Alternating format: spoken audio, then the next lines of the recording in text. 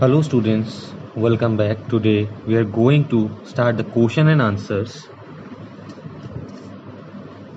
Question number 1 is: notice the use of the word repeated in lines such as these. On pads of velvet quit, in his quit range, and stares with his brilliant eyes at the brilliant stars. What do you think is the effect of the repetition? The answer is: the repetition is a poetic device used by the poet in order to increase the intensity of the tiger's range and his help silence. Velvet quiet refers to the quiet velvet pads of the tiger which cannot run or leap. They can only walk around the limited space in the cage.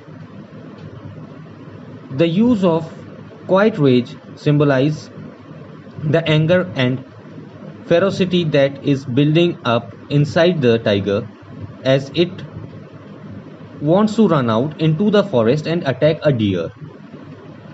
But the range is quiet because it cannot come out in the open as it is in the cage.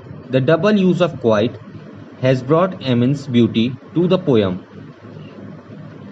Similarly, the use of brilliant for the tiger's eyes as well as the stars also brings out the Mars that have also been described as brilliance.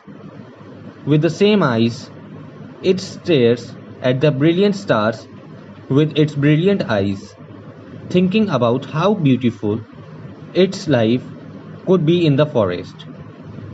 The repetitiveness of these words give a wonderful effect to the poem.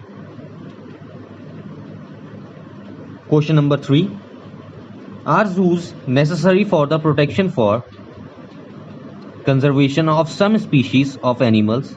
Are they useful for educating the people, educating the public? Are there alternatives to zoos? The answer is: the zoo is very necessary place for some animals as they could be hunted down, poisoned by some wild food, or could drown in water in the forest. They also aware public about the nature and animals and make human friendly with animals. However, a zoo is not the correct substitute for a forest.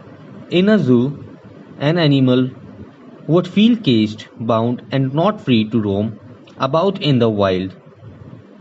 It is for the reason that wildlife sanctuaries and national parks have been instituted in order to conserve several endangered species. These places provide protection as well as natural surroundings to their species. They can roam about freely in their habitats and are safe too. The public can visit these parks and get educated about the animals and their lifestyle. The parks and the sanctuaries are run using a strict set of rules, the most prominent being the ban on hunting. Since the animals are in the open, visitors would not be able to feed them and would not misbehave or try to play with them. They are under strict guidance. Such incidents have been recorded in zoos where people irritate and tease the animals. Hence, a wildlife sanctuary is a good alternative for animals to be safe as well as in the natural surroundings. So thank you students. Please write down these questions in your notebook.